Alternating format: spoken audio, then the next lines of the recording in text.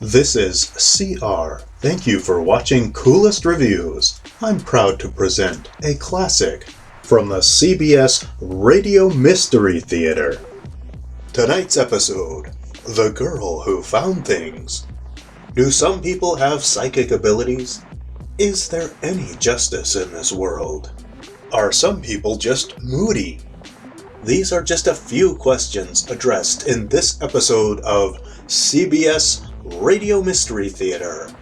I'll be doing these top picks for a little while I work on my first movie analysis, which will be coming out sometime this year. So, I better get back to work. In the meantime, enjoy!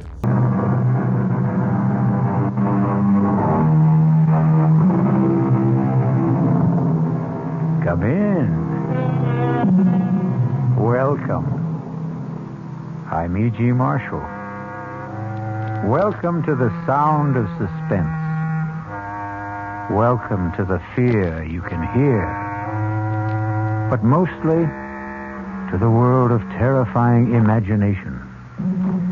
In the next 52 minutes, you'll hear a story about a girl with a most unusual talent. A talent for finding lost dolls or dead bodies. You may not be glad you met Iris Lloyd, but we don't think you'll forget her. Aunt Faith! Aunt Faith! I'm here! I'm here! Come and find me! Where are you? Oh, my poor darling. Where are you? Help me! Help me! It's so dark, and I'm afraid.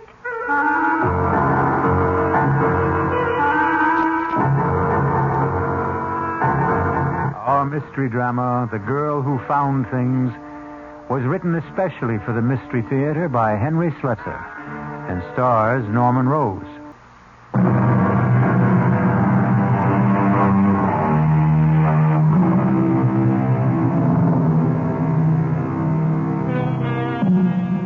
And now, Act One of The Girl Who Found Things. It begins serenely enough in the pleasant little town of Medvale, but with a woman who is preparing to leave it just as soon as her taxi arrives. Come in, Lucas. The door's open. Oh, for heaven's sakes, that man's dead. Oh, evening, Miss Wheeler. I hope I'm not too early. No, I'm all packed. You can take that trunk in the hallway first. Then I've got a few small suitcases, but they can go on the back seat with me. Yes, ma'am. That all you're taking to Europe? I sent the rest ahead to the ship. Well, go on, Lucas. Start loading that taxi. Yes, ma'am. Yeah, I was just wondering if there was something you wanted me to do in the house for closing it up, you know. It's all been done, Lucas. You sure you turned off the gas, electricity? How about the fireplace? I see you had a fire this morning. Are you sure it's good and cold? Oh, I suppose you could check it again just in case. Better safe than sorry, they say. Seems to me you've got a couple of embers burning there. Maybe I could put them out with a shovel. Please hurry, Lucas. Yes, ma'am. I'm going about this as fast as I can. You see, this isn't easy for me. What isn't? Lucas, for heaven's sakes, put the shovel back. You're tracking ashes all over the floor. Please, turn around, Miss Wheeler. Don't look at me. Lucas, are you crazy? I can't do this if you're looking at me. Lucas, put that down! I'm sorry, Miss Wheeler.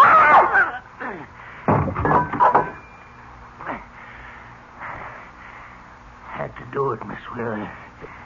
I had to. Now I got to pick you up. Take you outside through the woods. That's where I got to bury you, Miss Wheeler.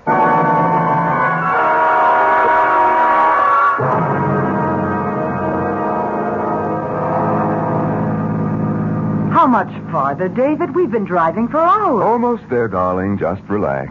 Tell me more about your Aunt Faith. I don't really feel prepared to meet her. No one's ever fully prepared for Aunt Faith. I warn you that she's something of a character. Just waiting to be discovered by Monthly Digest. Anyway, after my mother died, she became less auntie and more motherly. That's why she was so upset when I got married and failed to do my filial duty. By bringing your bride home for approval. Something like that. I suppose she's going to resent me for being 2 years too late. So take my word for it. She'll be crazy about you. But remember what I said. She's an old gypsy. Don't be surprised if she drags out a crystal ball and starts predicting your future. Speaking of which, there's our future for the next few months straight ahead of us. The old homestead. David, is that you? It's us, Aunt Faith. Oh, David, my handsome boy. Hello, Auntie. Oh, I'm so glad to see you. It's wonderful seeing you. Aunt Faith, meet Rowena. Well, and it's about time. Hello, Mrs. Demarest. Nice to meet you at last. Oh, David, she's beautiful. Well, come inside. Come in. I've got a fire going. Let me take your coat, my dear. Oh, what a lovely fur. What is it, mink? Sable. I told Rowena she ought to wear the label on the outside so that people... Oh, well, I didn't know that you had company, Auntie. Oh, yes. David, this is Lieutenant Reese. Lieutenant, this is my nephew, David Wheeler, and his wife, Rowena. Ah, Lieutenant. That isn't a military title, is it? No, sir. I'm with the police. Oh, of course. Well, how do you do? I'm sorry we have to meet this way, but then I always seem to meet people when they're in trouble. Of course, I've known Mrs. Demarest for some time. Well, Lieutenant Reese has been a wonderful help with my charity work, David. And he's been such a comfort since this awful thing happened. Yes. Oh, well, it's been years since I was in this room. I'd appreciate it if you and I could have a word alone. Oh? Oh, Rowena, I'll tell you what. Why don't you and I go upstairs and I'll show you your room? Yes, that would be fun. I can even show you the room where David was born and his old nursery. Well, how long's it been since you left Medvale, Mr. Wheeler? Oh, maybe 10 years. I've been back here on visits, of course. Once when my father died 4 years ago. As you know, our family business is down south. Yes, I know. You and your sister... My half-sister. Yes, you and your half-sister, Geraldine. You were the only proprietors of the mill, weren't you? Mm-hmm, that's right. But you did most of the managing, I gather. When your parents died, Miss Wheeler kept the estate, and you went to Virginia to manage the mill. That's how it was, right? That's how it was. Successfully, would you say? Lieutenant, I'm going to save you a great deal of time. Geraldine and I didn't get along. We saw as little of each other as we both could arrange, and that was very little. Thank you for being frank. I can even guess your next question, Lieutenant. You'd like to know when I saw Geraldine last. When did you? 3 months ago in Virginia, on her semi-annual visit to the mill. But you were in Medvale after that, weren't you? Well, yes, I came up to see Geraldine in March on a business matter. As my aunt may have told you, Geraldine refused to see me. What sort of business matter was it? I wanted Geraldine to approve a bank loan I wished to make to purchase new equipment. She was against it, wouldn't even discuss it. So I went home. And you never saw her again? Never. And in case you're wondering, Lieutenant, I have no idea where she is. No idea at all.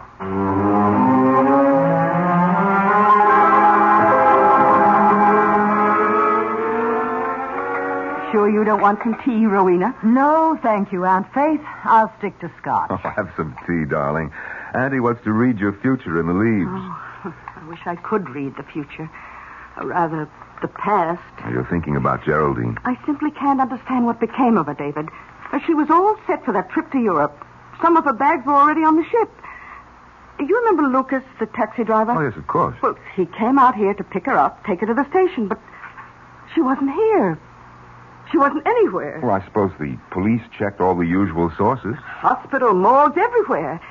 Lieutenant Reese said anything could have happened to her. She might have been robbed and murdered. She might have lost her memory. She might even have... Well, this I'd never believe, but Lieutenant Reese said she might have disappeared deliberately with some man. I know what happened to her. Do you? She just left. She just walked out of this big, gloomy house, and this crawly little town. She was sick of living alone. David, I have an idea about how we can find Geraldine. Really? I'm going to ask Iris Lloyd where Geraldine is. Ask who? Iris Lloyd. Now, don't tell me you've never heard of the child. For there was a story in the papers about her only 2 months ago, and heaven knows I've mentioned her in my letters a dozen times. I remember. She's the one who's psychic or something. Some sort of orphan? Yes, Iris is a ward of the state, a resident at the Medvale Home for Girls. I've been vice chairman of the place for donkey's years. That's how I know her. Well, she's 16, David, and absolutely uncanny. And what makes her such a phenomenon? She's a seer, David. A genuine clairvoyant. Oh, not a medium at 16. Oh, no. I suppose you could call her a finder. She seems to have the ability to find things that are lost. People, too. How does she do it? I'm not sure Iris knows herself. The gift hasn't made the poor child happy. Such talents rarely do. You know, one day, the home had a picnic at Crompton Lake. They discovered an 8-year-old named Dorothea was missing. They couldn't find her until Iris Lloyd began screaming. Screaming? These insights cause a great pain. But she was able to describe the place where Dorothea could be found, where the girl had sprained her ankle. Oh, you're right, Auntie, darling. I don't agree with you. Let's just leave the search to the police. David, I've arranged with the home for Iris to spend some time with us. Are you serious?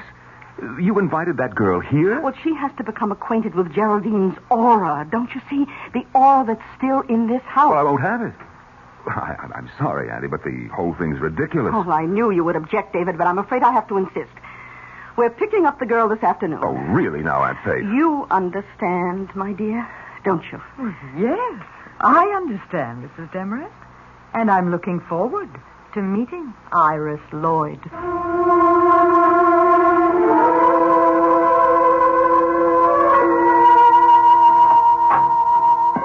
Please come in, Mrs. Demarest. I suppose this is the nephew you told me about. Yes, sister. This is Mr. David Wheeler.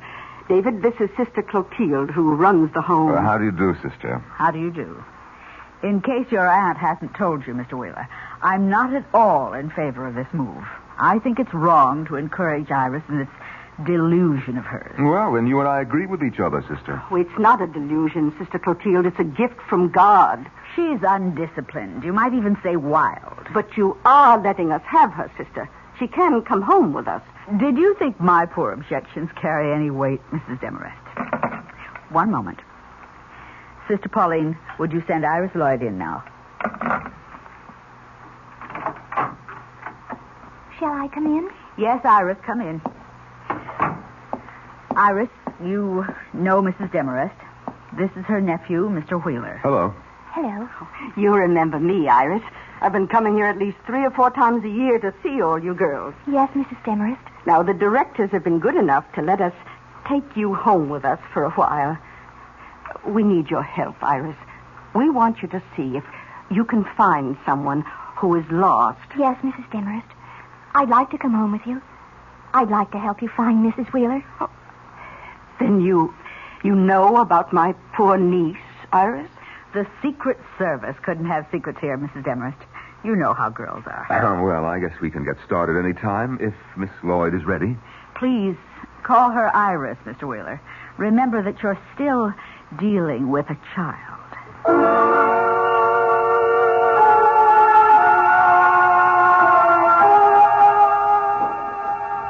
Iris, I hope you'll enjoy staying with us. I have a lovely room for you. I'm sure you'll like it. You know what I'd really like? What's that? A cigarette. Why, Iris. Oh, don't tell me you smoke, Iris. Only when I can get away with it. Well, you're not getting away with it now, for heaven's sake. Oh, never mind, never mind.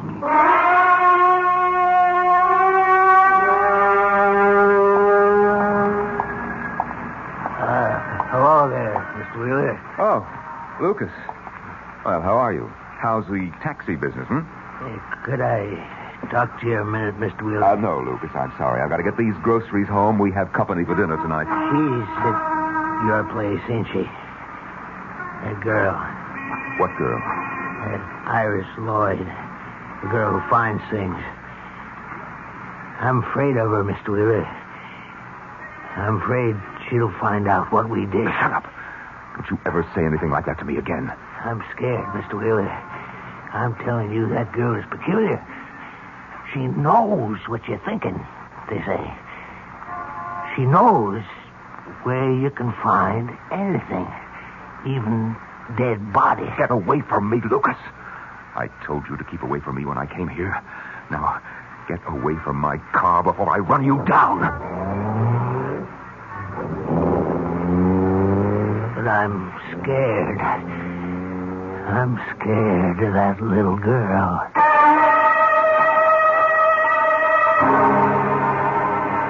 Lucas, the taxi driver, Lucas, the murderer, is scared. But David Wheeler seems to be frightened, too. And maybe we'll learn if the fright is justified when we return shortly with Act 2.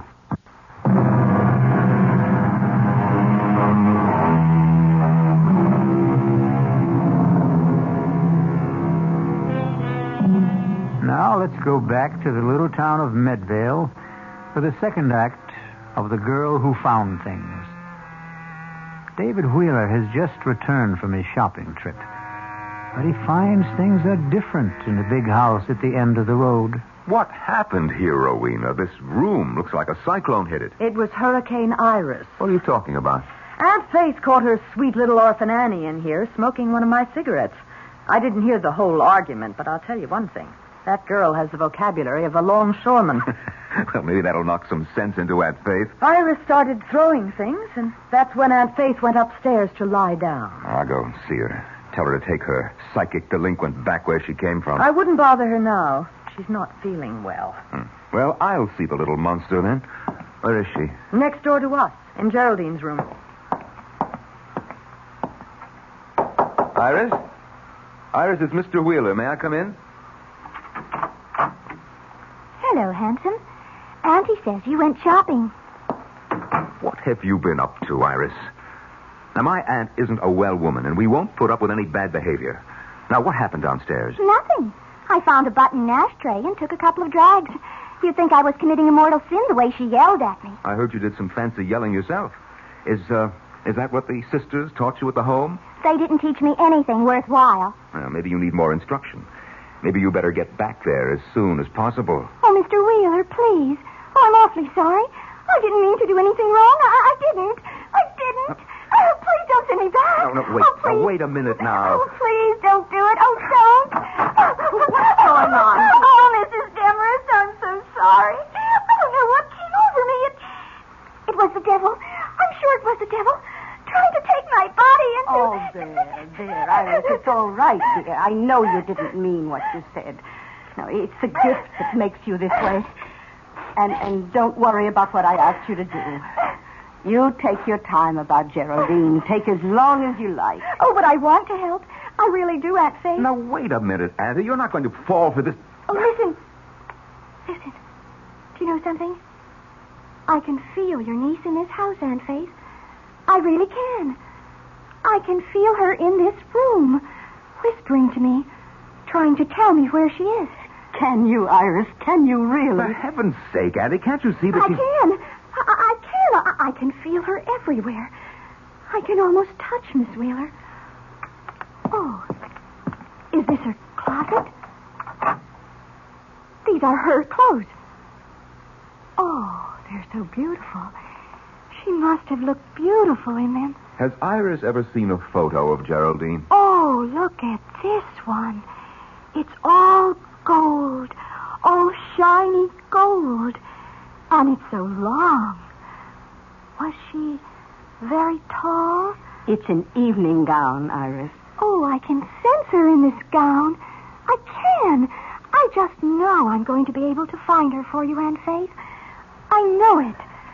Yes. Yes, I believe that too, my child.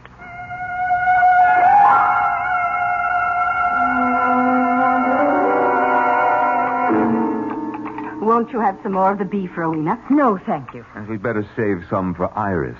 Something tells me that little girl has a very big appetite. Well, I wish she'd come downstairs. I told her dinner would be served at 7:30. Would you like me to go upstairs and see if she's all right? No. I'm sure she'll be down in a moment. You've really forgiven her completely, haven't you? Of course.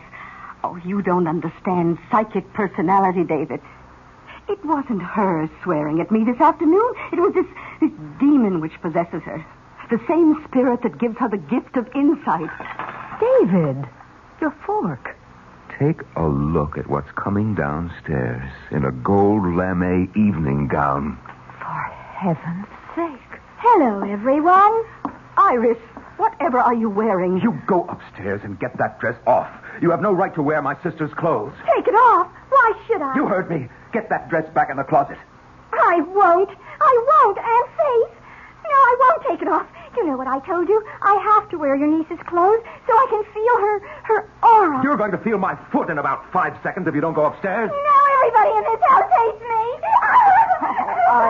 Iris, don't. No, please don't cry. Oh, David, you shouldn't talk that way to the poor girl. I won't stay here. I won't help you find your niece, that's all. You can't do anything of the kind, and you know it. Iris, listen to me. Yes. Iris, you remember those things you did at the home? The way you found things for Sister Therese? Yes. Do you think you could do something like that again, right now for us? I don't know. I could try. Would you let her try, David? I don't know what you mean. Now, I want you to hide something or name some object you've lost or misplaced, perhaps somewhere in this house. This is silly. It's a parlor game. The least you can do is try it. All right. How do we play this game of hide and seek? David, what about the cat? The cat? You remember, you once told me about a wool kitten you used to have as a child. You said you lost it somewhere in the house when you were 5, and you were so unhappy about it you wouldn't eat for days. Well, that's 30 years ago, Rowena. All the better. All the better, David. Iris, do you think you could find it? Could you find David's cloth kitten? Oh, I'm not sure.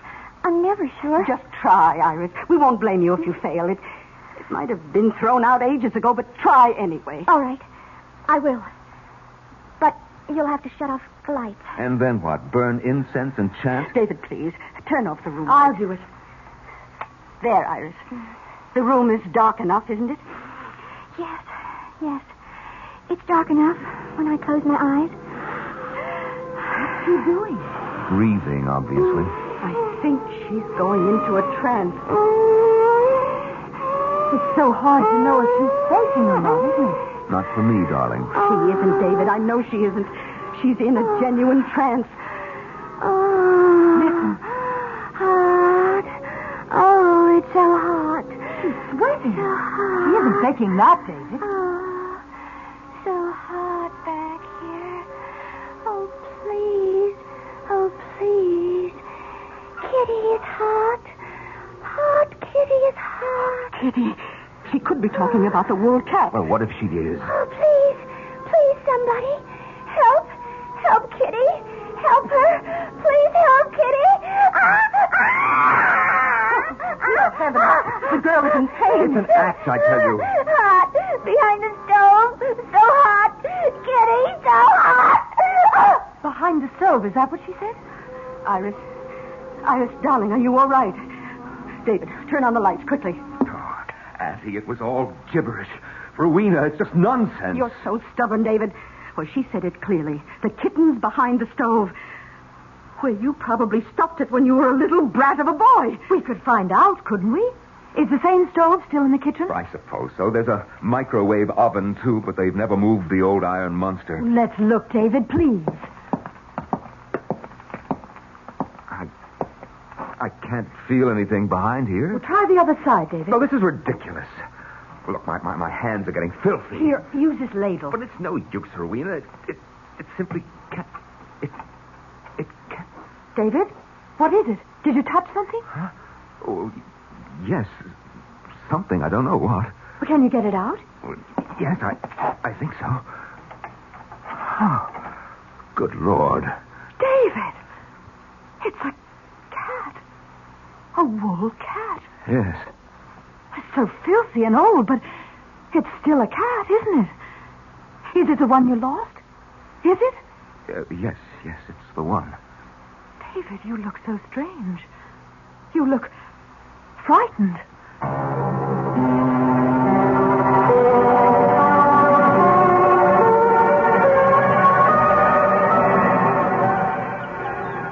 What are you doing here? Iris, having a picnic all by yourself? I just thought I'd lie on the grass for a while. What are you doing with the daisy? Loves me? Loves me not? Want to finish it off for me, Uncle David? Cut out the Uncle David stuff. I'll finish it for you then. She loves me. She loves me not. She loves me. She loves me not. Too bad, Uncle David. She just doesn't love you. Who? Your wife, of course. Who else? Bye now. Iris, wait. Yes? Look, I want to talk to you a minute. Really? Iris, what's the story with you? You've been here over a week and you haven't done anything about... Well, you know what? This is just a great big picnic for you, isn't it? What if it is? You think I want to go back to the creepy home? It's better here. No uniforms, no 6 a.m. prayers, none of that junk they call food. Also, I like the company. I suppose I should say thank you. There's nothing you can say I don't know already. I'm psychic, remember? What about that, Iris? Is it just some kind of trick? You can tell me. I'll show you if it's a trick. Want me to tell you all about yourself? All right, go ahead. Okay. Your wife hates you. She thinks you're rotten. You weren't even married a year when you started running around with other women. You never went to the mill, not more than once or twice a month. That was how you ran the business. All you knew how to do was spend the money. You little brat. You're not psychic, you're an eavesdropper. Oh, let go of my arm. Your room is right next door. You've been listening. You think I could help hearing you two arguing? No, I guess you couldn't. I'm sorry, Iris. I hope I didn't hurt you. I know a way you can make it up to me. Like this. Go ahead. Now cut that out, will you? Don't you want to kiss me? No, you dumb kid. I'm not a kid. I'm almost 17. You were 16 3 months ago. I'm a woman. But you're not even a man.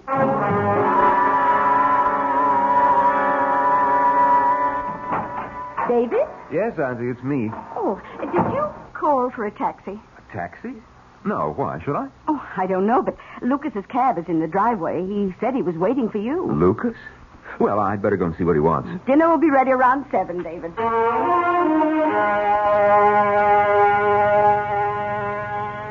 All right, Lucas. What are you doing here? I had to talk to you, Mr. Wheeler.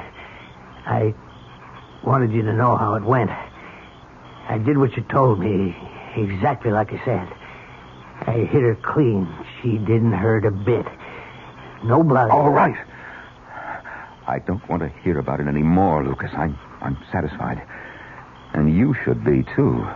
You got your money. Now forget about it. I picked up Miss Wheeler and I took her out in the woods as far as I could. I dug deep, Mr. Wheeler. I did a good job. I smoothed it over and spread them leaves so that nobody would guess it was there. Nobody except... Oh, so it's that girl you're still worried about. I heard awful funny things about her, Mr. Wheeler. About her finding things. Finding that little girl that fell near Crumpton Lake. Maybe she can see right into your sister's grave. Iris Lloyd won't find her. Nobody will. But she's right behind the house, Mr. Wheeler. She's so close. Right in the woods. You've got to forget it, Lucas. Like it never happened. My sister's disappeared, and she's not coming back. As for the girl, don't believe what you hear. Nobody can see into a grave, Lucas. Nobody.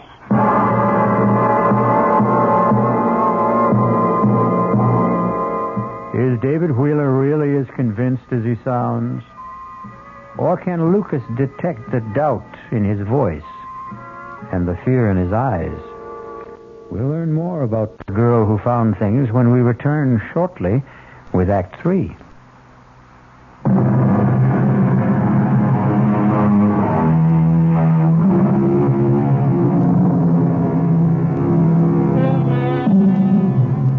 Now let's return to the Wheeler house in the town of Medvale. A house filled with people waiting for a psychic revelation from the girl who found things. But That revelation appears to be very slow in coming. That girl has been here for how long? 2 weeks? It seems like 2 months. And she hasn't done a thing but enjoy herself. David, what's the point of our staying on? You said you had some affairs to settle. You don't seem to be conducting any business at all. I haven't been in the mood for business. That's nothing very new, is it? How long are you going to keep that light on? I'd like to get some sleep. If you think Iris Lloyd is indulging herself, what about you? Be quiet. I told you that she can hear every nasty little quarrel in this room. That's why I asked for a truce. Well, she doesn't have to eavesdrop, does she? Can't she read minds? Well, she's not the only clairvoyant around here. I can read her mind, too. Well, she's a child, for heaven's sake. She's in love with you. Of course, there's a minor obstruction in her plans, a small matter of your wife. But then I've never been much of a hindrance to your romances, have I? I thought you agreed to that truce. You are a pacifist, David. That's part of your charm. That's why you came up here in March, wasn't it? To make peace with Geraldine. I came here on business. You came to keep Geraldine from sending you to prison. That was the business. You know nothing about it. I have eyes, David. I know you were taking money from the mill. Too much money. Geraldine knew it, too. How much time did she give you to make up the loss? All right. If you won't let me get some sleep here, I'll sleep in the library. David? David, is that you? Yes, Aunt Faith. What are you doing up? Oh, I heard a noise. Oh, well, it was me, probably. I was just going down to the library to find a book to read. No, it wasn't you. David, look. What? Oh, it's Iris. Yes, in her nightgown. What's she doing in the front hall, dressed like that? David, she's sleepwalking. What? Look at her eyes. David, we have to follow her. No, let her alone, Annie. You're not supposed to disturb a sleepwalker, are you? I've got to follow her. All right, I'll come with you. David, she's talking to herself. Can you hear her? What did I forget? What did I forget? Did you hear that? Did you hear what she said? Yes, but I don't understand it. Why doesn't the taxi get here? Why doesn't it get here? Taxi. She said something about a taxi, David. Yes, I heard her. Oh, we have to be going to the station. I'm so nervous. I'm always so nervous when I go on a trip. Please get my luggage. My luggage. Oh, dear God, David. She's in a trance. She's talking the way... Oh, what did I forget? Gas, electricity, telephone. The fireplace. Is the fireplace cold? Oh, no! Not the fireplace! Not the fireplace! Oh, what does she mean? I don't know, but... Auntie, I think this is wrong. I think we should get her back to bed. No. Don't touch her, David. Don't. Look. She's heading for the back of the house. Come on. Yes, we've got to follow her. I think she means to go outside. We can't let her do that. Maybe it's important. Maybe it's something to do with Geraldine. Oh, don't be insane. She's just sleepwalking, that's all it is. Iris, wake up. David, don't. You mustn't. You want that girl to catch pneumonia? Iris. No! Iris.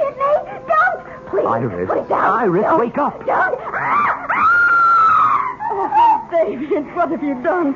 You're not supposed to wake a sleepwalker. Everybody knows that. Let me go! Stop it. Oh, somebody! Stop it. Help me! Iris. Help me. Iris, it's only me, Iris. He's trying to kill me! He wants to kill me! Oh, no, darling. It's all right. It's only us. Wake up, I said, wake up. Oh, you poor child. You poor baby. Oh, David, that was a cruel thing to do. And Faye. Yes. Iris, I'm here. Oh, are you all right? Oh, yes. Yes, I'm all right now. Oh, I was so frightened for you, dear. Yes, but I'm all right. I think that I'm ready. Ready? Oh, what do you mean, dear? I think I can do it now. I think I might be able to tell you. You mean where Geraldine is? Yes, I think I can. Oh, David, we've got to call Lieutenant Reese. Reese? At this hour? I told him I would call him whenever Iris thought she knew something. I promised him I'd call. But it's almost midnight, Auntie. He'll come. I know he will. I'll telephone him myself. You take Iris to her room. Oh, yes, all right. Come on, Iris.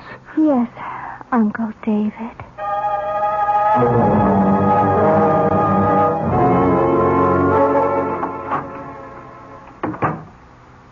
Well, Uncle David, are you scared? What are you talking about?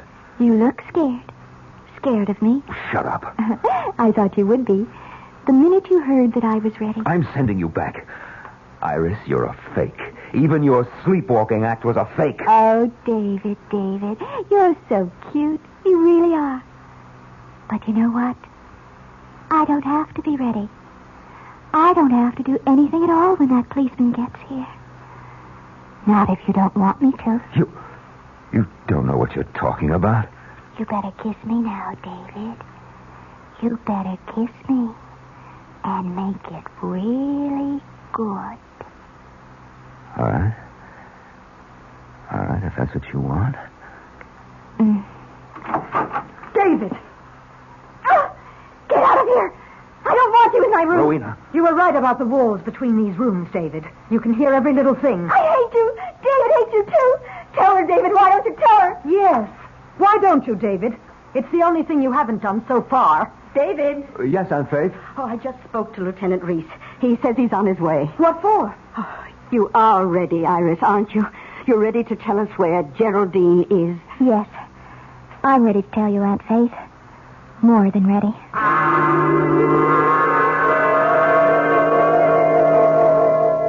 Are you sure she's all right, Mrs. Demarest? She looks awfully pale to me. Iris always looks that way when she enters the trance. It's a fraud, Lieutenant. The whole thing is a fraud. You mustn't be taken in. Well, I'm just trying to keep an open mind, Mr. Wheeler. Oh, it's startling. I think she's going to say something. Oh, Now, no. Iris, look, you've got to stop this. That girl is working herself into some kind of fit. It's all her own doing, isn't it? Well, maybe Mr. Wheeler's right. The girl might do herself some harm. No, you must wait. Listen. Aunt Faith. Aunt Faith, I'm here. Aunt Faith. Come and find me. Oh, help me. It's so dark. Oh, won't somebody help me? It's Geraldine. Oh, dear Lord, it's her. Oh, where are you? Oh, Geraldine, my poor darling. Where are you? Help me. It's so dark. And I'm afraid. Where, Geraldine, where? Tell us where you are. Someplace far away. A place with ships. The sun is shining. I saw hills and green trees. There are bells ringing in the street. She's out of her head completely. A place with ships, bells ringing in the streets. I see water. A bridge. Trolley cars in the street. Going up and down the hill. San Francisco. I'm sure she means San Francisco. Yes, it sounds like it. Iris, do you mean San Francisco? Is that where Geraldine is? Yes. That's where she is. Well, who knows? It's as good a guess as I've heard. Has Miss Wheeler ever been in San Francisco before? Never. Why would she go there? David? I really wouldn't know. But if that's where Iris says she is, I guess the spirits know what they're talking about. She's waking up. I want to go home. Oh, please, somebody take me home. To Sister Clotilda.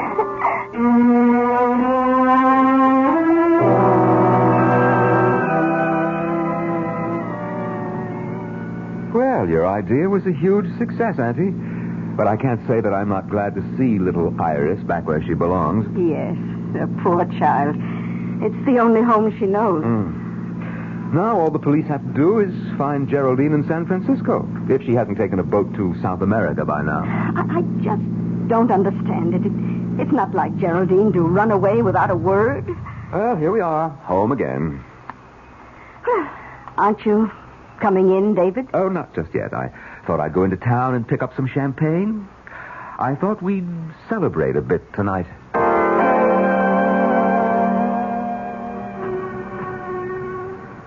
Well, hello, Lucas. How's the taxi business, huh? Could be better. You got any news for me, Mr. Wheeler? Oh, yes, Lucas. I've got good news. It's all over.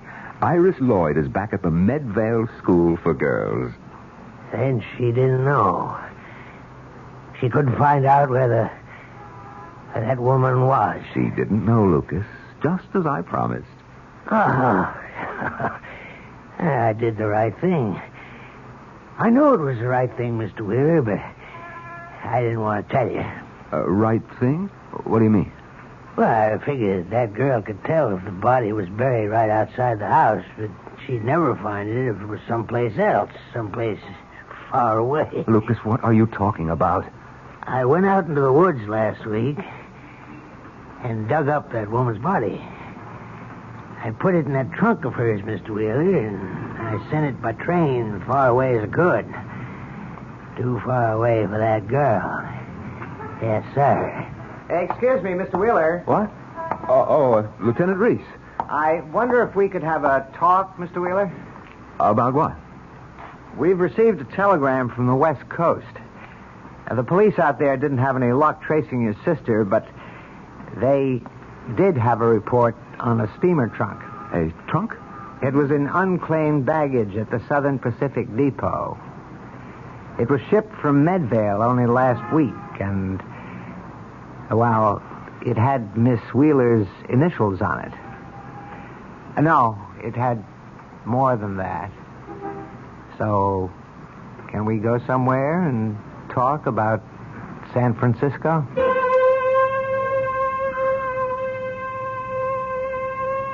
Well, Iris Lloyd is back in her own bed tonight, and her dreams will probably be peaceful. But David Wheeler is in for a nightmare that may last him for the rest of his life. I'll be back shortly.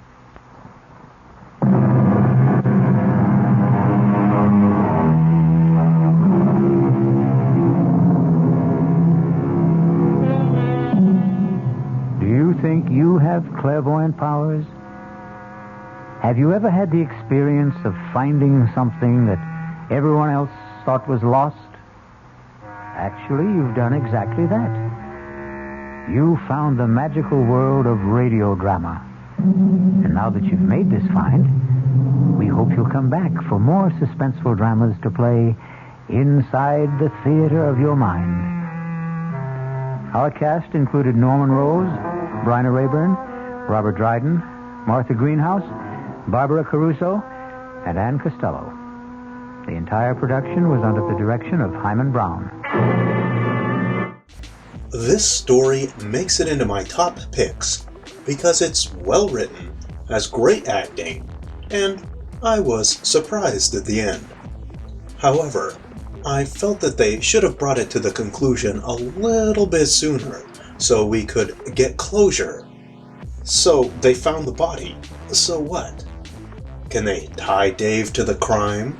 Are we supposed to assume that the cabbie is such a pushover that he cracks and folds under the first sign of pressure? What do you think? Let me know in the comments below. Thank you so much for joining the Cool Club, where you can be part of the action. Thank you so much for taking an interest in my channel. Thank you to everyone who liked, subscribed, chimed that notification bell, and especially the people who shared my channel on YouTube, Twitter, or Reddit.